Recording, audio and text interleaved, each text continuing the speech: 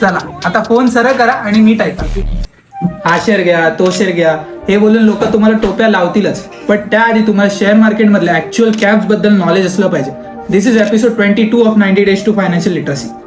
First, large cap mutual funds.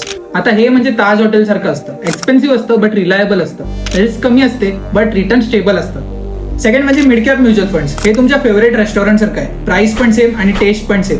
Risk and rewards large cap funds पेक्षा जास्तच असतात. Third, small cap mutual funds. हे म्हणजे नवीन उघडलेल्या कॅफे सारखं आहे. चाललं तर खूप चालेल, नाहीतर रिस्क आणि रिवॉर्ड्स दोन्ही लार्ज कॅप फंड्स आणि मिड कॅप फंड्स पेक्षा जास्त असते. आयदर हे फंड्स तुम्हाला वर नेऊ शकतात किंवा डायरेक्ट वर नेऊ शकतात. सो तुमचे गोल्स तुम्ही डिसाईड करा आणि मग ठरवा तुम्हाला कोणत्या कॅपमध्ये इन्व्हेस्ट करायचं आहे. आणि असंच एज्युकेशन रिलीजसाठी मला फॉलो करा.